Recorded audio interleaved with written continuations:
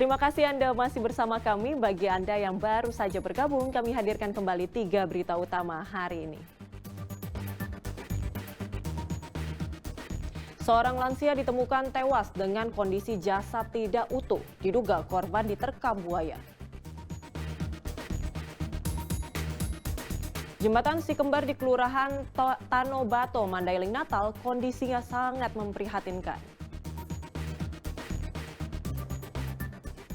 Warga Dusun 3, Desa Bukit Mengkirai, Kabupaten Langkat memblokade akses jalan pembangunan tol.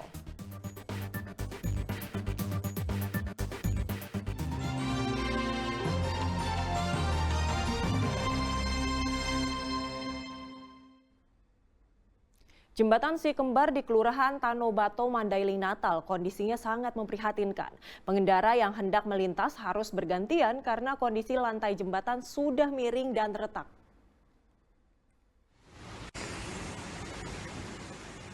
Kendaraan harus silih bergantian saat melintas jembatan Sikembar di kawasan Aik Inumon, Tanobato, Mandailing, Natal.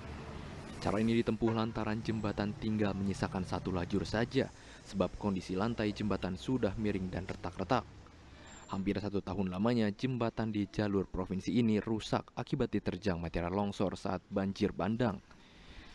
Tak hanya itu, sisa material longsor di beberapa sisi jalan juga membahayakan pengendara. Ke Sapotinjak kan dari sini, cuma ini jalan utamanya. Terus gimana, takut nggak tadi lewat situ? Takut sih, kan agak jurang kali di situ. Terus jembatannya juga kan udah agak rusak. Cuma lewatnya itu cuma bisa satu mobil aja. Nanti kalau ada mobil dari atas atau dari bawah kita dulu satu-satu dulu masuk. Antrian gitu? Iya, kalau lewat dari sini lumayan ngeri juga. Ada nggak pertanda jalannya rusak?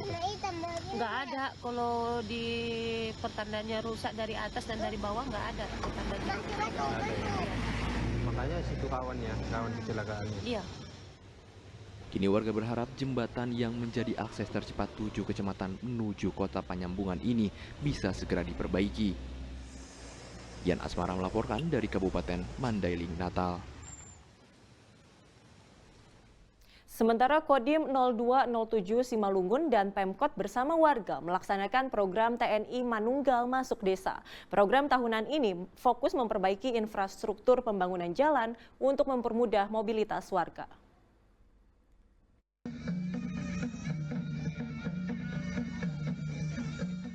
Tarian Simalungun Tortor Somba membuka acara TNI Manunggal Membangun Desa dari Kodim 0207 Simalungun.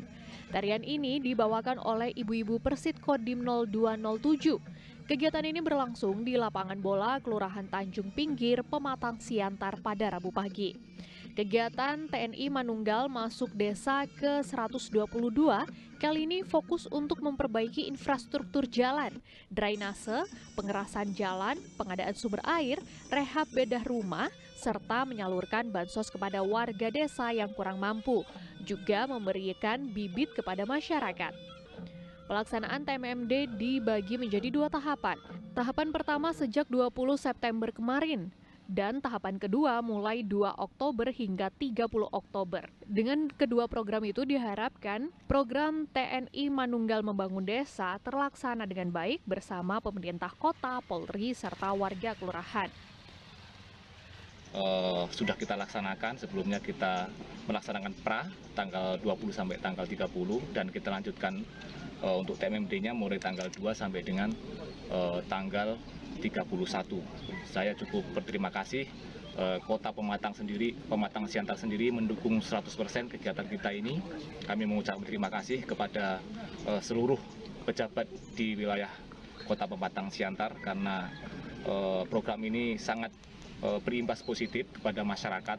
Kalau kendaraan 4 kalau musim hujan bisa masuk. Kalau musim kemarau bisa. Kemarau bisa ya. Tapi tetap masih jelek ya Bu ya. Ya terima kasihlah buat Bapak tentara yang sedang yang melaksanakan satu untuk memperbaiki jalan ini. Terutama Pak RT yang mengusulkan. Jadi kami sudah tambah semangat lah, semakin majulah tempat kami ini. Ya. dengan kegiatan TNI Manunggal Membangun Desa tahun 2024. Pihak Kodim 0207 Simalungun berharap warga dapat menikmati akses jalan baru dan dapat dengan mudah menuju pasar membawa hasil ladang lebih cepat serta efisien secara waktu. Yana Asmara melaporkan dari Pematang Siantar.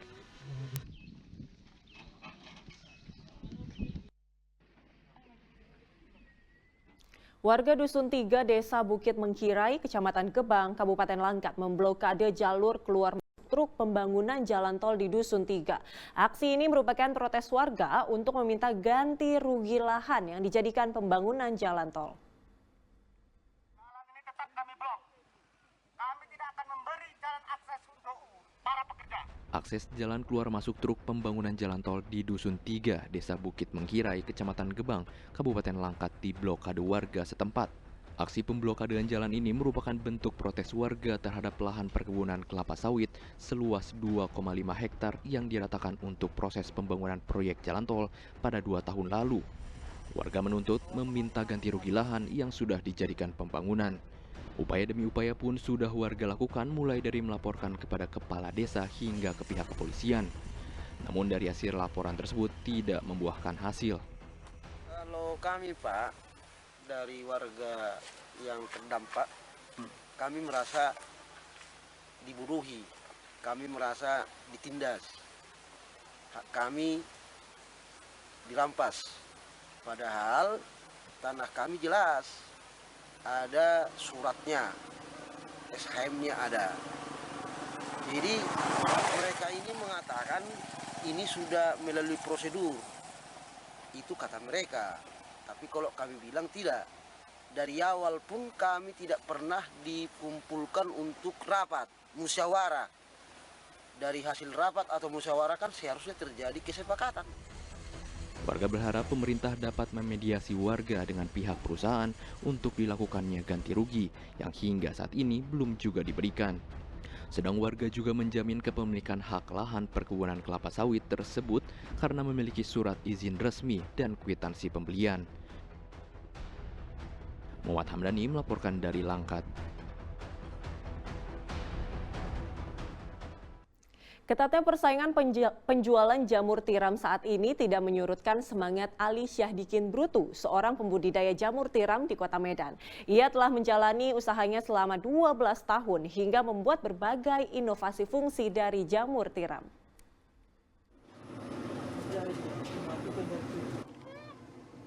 Sempat populer pada tahun 2016 di Sumatera Utara, budidaya jamur tiram ternyata masih banyak diminati hingga saat ini. Hasil tanaman yang dapat dikonsumsi dengan berbagai macam kesehatan ini terus mengalami perkembangan hingga banyak permintaan di bidang pertanian maupun berbagai macam olahan kuliner. Namun beberapa tahun terakhir kepopuleran jamur tiram sedikit tergerus dengan ketatnya persaingan budidaya jamur dan minimnya permintaan.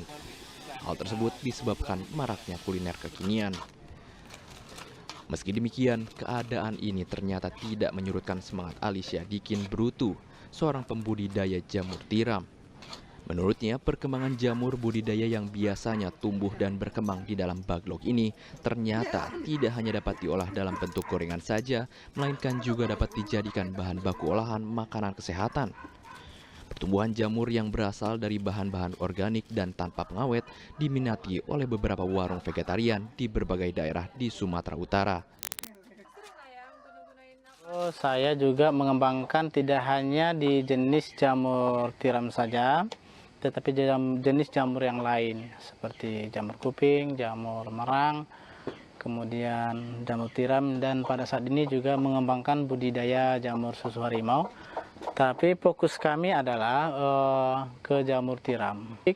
Pada umumnya kemudian belum juga seperti tepung atau penyedap yang seperti mantan teman di Jawa sudah ada pada tahap penyedap rasa jamur kaldu gitu. Itu belum ada. Jadi peluang itu masih panjang. Ali Syahdikin juga sudah menjadi pembicara di beberapa tempat guna membangun mitra kepada pembudidaya jamur pemula agar menjadi penampung dari hasil tumbuhan yang dikelolanya. Hal ini juga dapat mengurangi angka pengangguran di Indonesia, khususnya di Kota Medan. Muhammad Hamdani melaporkan dari Medan. Bagus ya Bang ya.